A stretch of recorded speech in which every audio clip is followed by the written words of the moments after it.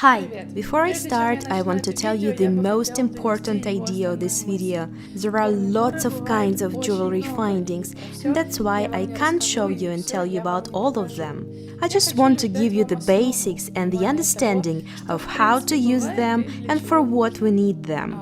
The best source for getting inspiration for jewelry making, where the focus is on the findings, is simply to scroll the catalogs of online stores, so that you can decide what price and delivery suits you, and at the same time you'll have a general understanding of what you like, what findings you don't have, or for instance, which color you need, what you want and don't want to use in your craft, because it is much easier to choose looking at what is available, and sometimes we're unaware of how unusual the findings on sale can be, than trying to imagine an unreal super special piece and spending hours on searching for it on the internet. Although during this time you could get your another order and make 10 accessories out of it. And the second really important idea of this video is, if I say that this or that thing is used for something, it doesn't mean that you can't use it for something else. Don't kill your imagination by falling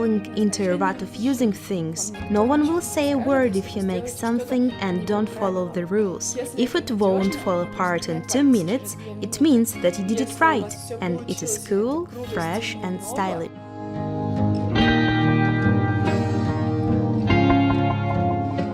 It took me a lot of time to gather my thoughts and find the best way to present you all the materials I want to show you.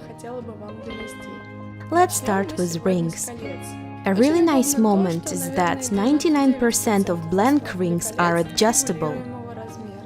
I don't remember finding rings of a concrete size. My first self-made accessory was this ring in which I poured resin. It is not the best choice for pouring a picture because the base is quite deep, but if you want a multi-layer pouring or to draw a 3D picture, it will be just the thing you need. For pouring pictures, I advise you to take bases with such curved edges. Here is one more example of such a ring. There is also this kind of rings.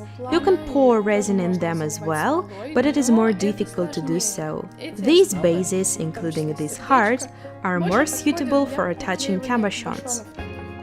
Using such silicone molds, you can make blanks, which turn out to be much more convex than if you pour resin in the ring base.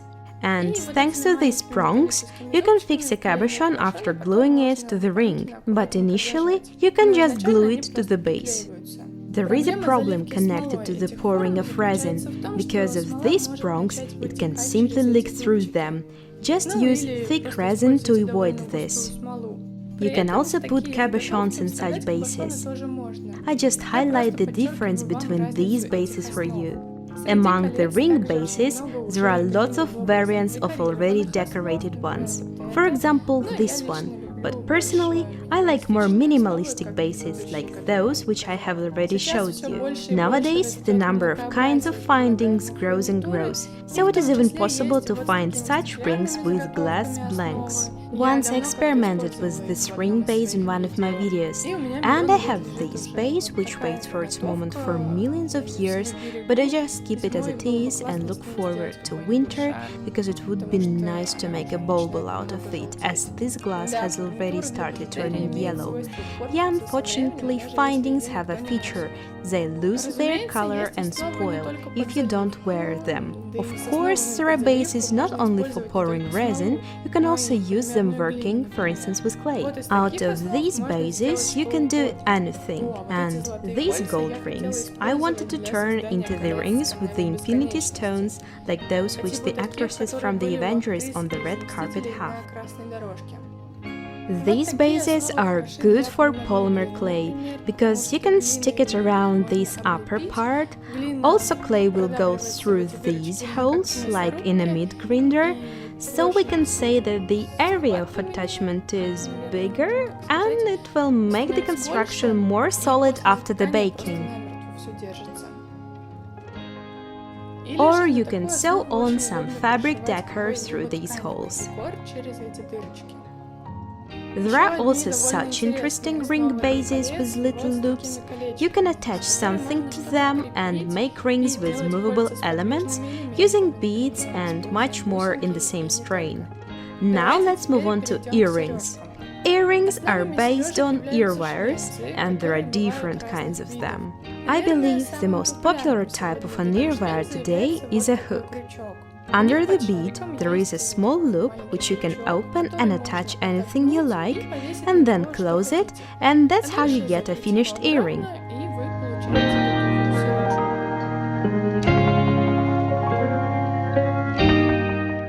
You can wear them without earring backings, especially if your earring is quite heavy. Or you can play it safe and take such a cylinder backing. Flowers and these metal backings better suit stud earrings, but we'll talk about them a bit later. I also found these earwire hooks. You can attach different charms and change them on the side which goes through an ear. You can close it a bit or keep it closed, because nothing will fall out anyway because of this bead. You can also find such kidney ear wires. Their size may vary, so you can buy smaller ones. A lever back type differs from a latch back type, as it doesn't have a deepening to snap an earring. On such ear wires, you can glue something, or to sculpt something from clay, or again to pour resin. But don't forget that only thick resin is suitable for this. Here is one more leverback earring without a base for cabochons, to which you can instantly attach any charm. And these cute gold hooks I've got quite recently. I've never used them before. These earring bases are called poussettes. Originally, the word poussette in French, if we are talking about jewelry, means a backing for stud earrings. This word is derived from the verb, which means to push. So, poussette is not the name for an ear wire, it is the name for a backing. However, it seems that nowadays this word has broadened its meaning, and now it also means a base for stud earrings. Such studs are great if you want to create neat and minimalistic earrings. They have the same deepening for pouring. You can close them using such butterfly or silicone backings, which I have already showed you. The base of such unusual stud earrings is called snap and set earring. It is a setting with prongs which hold a gem, or if you speak about jewelry, it will be rhinestones. I think I don't have the right rhinestone for them. Gems or rhinestones should be like this one, with a point-back shape. Snap and set earrings perform the same function as settings for rhinestones. They look like metal bases which you can attach to a pendant or clothes. Also, in the area of studs and rhinestones, I found these bases in which you can put a rhinestone and add some charm below. These minimalistic studs may become a base for an earring with any charm. A few words about brooches. The most common pin base for them is this one, and there are different sizes. But I don't really like it, because it hangs down from your clothes and can't even do it evenly if it is big. The bases for brooches are often made for pouring and have a nice frame, or just have a place for attaching any kind of little things. My most favorite things lately are bases for pin patches. I hope that they are called like that, but their problem is that the pin is quite long. Maybe there are different sizes of studs. By the way, I've just asked myself this size question. The thing is that you shouldn't trim them, because they won't close anymore. But brooches with such bases are ideal for sweaters and some coats. Such a pin is also the base for a brooch, and I have it for a bunch of years, but I still have no ideas what to do with it. Bases for pendants. I hope the bases for conte pendants need no introduction on my channel. If you don't know how to work with them and why there is a piece of punched pocket on it, watch my video devoted to this very topic. The link will be in the description. These blanks are mostly known as bases for cabochons or charms for setting in, or you may call them settings, but I don't really like this word. First, let's figure out what is a cabochon. Cabochon is a stone processing method giving a special smooth shape to stones, because there are stones which beauty you can't see without cutting, as diamond and emeralds have. Well, initially, bases for cabochons are the basis for this. But today, this word has also broadened its meaning, and any blanks of the same form as stones of similar cutting, or blanks made from polymer clay or glass, which has glued pictures on the back and then glued to the base for cabochons, are called so. Their shape may be different, but I don't have enough varieties of them, as now I am fond of conte pendants more. At the same time, you don't have to use them only as pendants. With the same success, you can make earrings and keychains out of them. Another large section of findings is the connectors. They are the elements for connecting different parts of your accessory. They can be different in size and form, with deepenings for resin pouring or attaching a cabochon. For example, you can take a leatherback earring and attach a connector to it, and then a little bit below, or a charm. The connectors can also be in the form of a beautiful charm with two hoops, vertical or horizontal. And, of course, the connectors can be connected to each other with small jump rings. These rings were sold as connectors, but, as I have already said, you don't have to use them for their designated purpose. You may turn them into conte pendants, but you'll have to make them more even to avoid the leaking of resin. You can sculpt from polymer clay Everest, or, for example, I started making a little dream catcher using this circle blank. But I still haven't finished it. One more kind of findings meant to connect parts is a chandelier connector. Its peculiarity lies in the number of hoops it has. I mostly have these ones, which are used for making white bracelets, with one hoop for a clasp, and several hoops on the other side for several threads or beads. Here you can see my example of a knotted bracelet, which I finished using this chandelier connector. My knots turn out to be a real mess, but my excuse is that I made this bracelet a long time ago. By the way, in the center you can see a usual charm, which hoop I hide it under a rhinestone. For some reason, I didn't just cut this hoop off, it would be a better solution. And the charm I attached with resin, there are still wet threads in the back. There are also decorative chandelier connectors for making earrings and pendants. You can attach a lot of beads to them, or more little elements like feathers, chains, whatever you like. One more important point is about the design of the ends of a ribbon or a leather cord. I prefer to simply tie a knot there, but if you make something for sale or as a present, it's better to pay more attention to the design. Such clamps are used for ribbons, for example, an organza ribbon, but the size of a ribbon and a clamp should be the same. I'll take a velvet ribbon. Back to some old times, I used to add a drop of glue inside, but actually it's not necessary. You can just give it a good press, so it will hold the ribbon tight because of the prongs. You can also use these clamps as chandelier connector. Put several ribbons inside and press the chandelier connector to make a bracelet. These unusual hooks are used to hide knots. As you can see, there is a hole through which you can put a cord.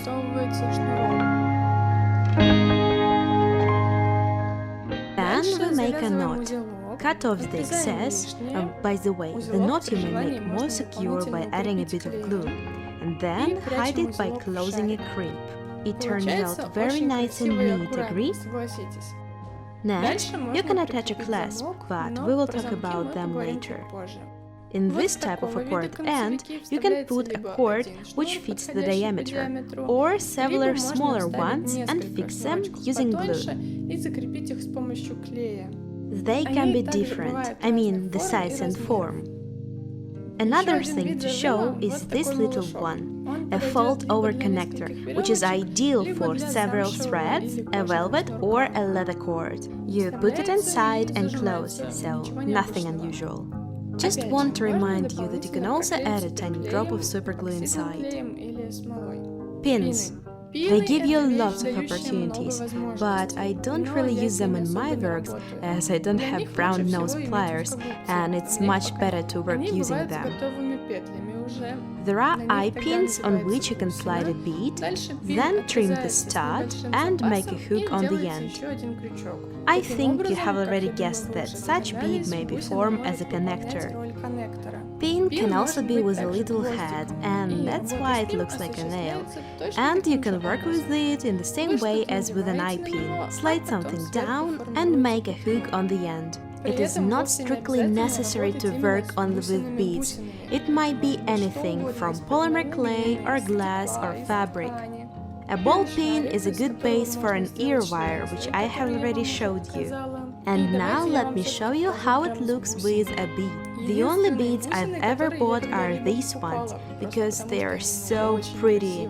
The material is amazonite and grey pink jasper. To me, they look like little planets. Here you can see how it looks like.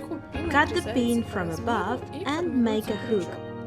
You can slide several big beads or seed beads and then make a hook. Literally not so long ago I found out that there are pins with different figureheads. I think it proves once again that there is an incredible variety of findings. Crimp beads. These are jewelry crimps which help you to fix your beads and other elements on the required position. Crimps also stop them from moving. You slide one as a bead and then you crimp it down in the place where you need it.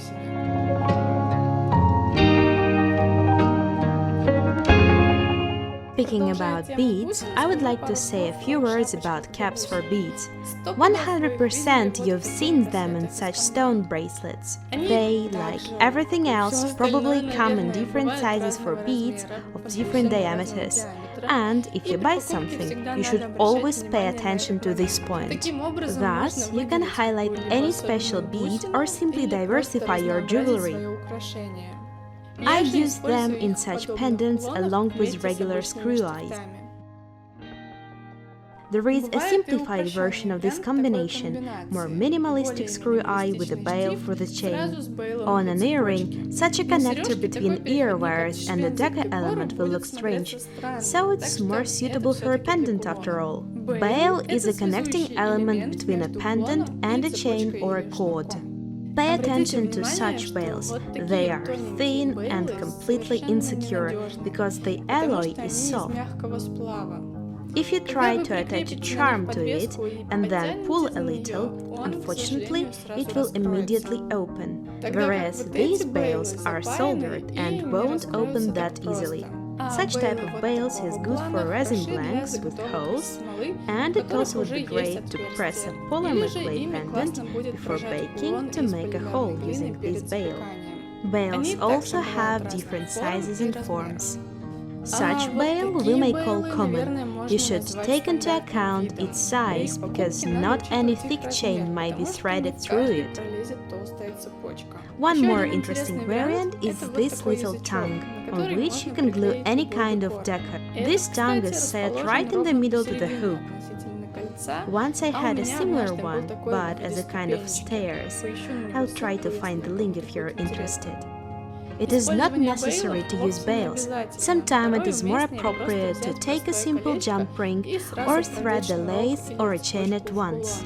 Oh, and speaking about jump rings, from my own experience, I advise you to open them this way. Twist your pliers away from each other. Don't stretch the ring by pulling the sides to left and right, because your ring will definitely become an oval and lose its shape. There are different diameters and thicknesses of the rings. I advise you taking the rings which are thicker, as they are more secure. The most secure variant is, of course, the split ring, but it doesn't always look nice. Clasps. I love lobster clasps the most. Sometimes they're also called carabiners. This one with a heart is too big for me. It will more suit a bag or something like this, although someone may like massive accessories, and only this clasp will manage to hold the parts of this accessory. There are also magnetic clasps, but I think that they are insecure. It is easy to close them and at the same time also easy to open. This barrel clasp is good for bead cords or bead wires. It also has an advantage: you can immediately hide a knot in it, unlike in a lobster clasp. The next clasp is called toggle. One of its parts pulls through the other one, and that's how it works.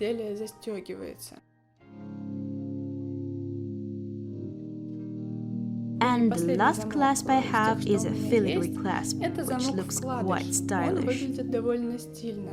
To open it, you have to pinch the tongue in a certain place. And finally, let's go through the ribbons and cords which I have and do love. There is an incredible number of them. This one somehow seems to be very delicate and gives a summer mood. It is called an organza ribbon. Such velvet ribbon is perfect for chokers. And the last one, the wrapped ribbon. Oh, it's amazing what people can create using it. A nylon cord is known for its security and colorfulness. Well, mine are all pastel, but I think it's okay, just trust me. Most of all, I love a waxed cord, because it looks antique or like boho chic. I choose colors that are more natural. And my personal favorite, I think I won't surprise you with the color, is a suede cord. Well, what about the chains? I don't really know what special it is possible to say about them, except that some chains are sold with already attached clasps, and it is really nice. If you buy findings online, always check the size of the things you add to your cart. In good online stores, the size is always written in the description. Take a ruler and imagine how the thing you want to buy looks like. Do not think that you can perfectly understand by eye what a 12mm lobster clasp is. Once I overestimated my visual estimation, especially if you want to make a composition, because the pictures are really tricky. So grab your ruler and scroll an online store. There is nothing wrong with it. Unfortunately, the findings for bijouterie change their color and lose the texture. This is the fate of any bijouterie, whether you buy it in Lady Collection or H&M, or take the blanks for creating your own somewhere. At least the price is very affordable. There are many offers on the internet of silver or stainless steel findings. But before buying, it is difficult to determine whether this is a high-quality expensive material or the same bijouterie from China, but 10 times more expensive. Complicated. If someone knows trustworthy sites, write to me. Once I tried to study this issue and realized that stainless steel blanks have a characteristic appearance. They are very glossy, and you can see well that they are cut and not cast. Like this blank, for example. Or this one, which looks like it is silver-plated. Stainless steel findings even look special in pictures, but at the same time, you'll never know would the ring in your already paid order, which came to you, coincide with what you were looking at in the picture when you pressed the pay button. The link to the store, checked by me, I will leave in the description. I hope nothing happened to this store, as well as with all the other links to findings which I showed you today. I hope this video was interesting and useful for you. Thanks to all my sponsors for their support. I love you this much. Bye.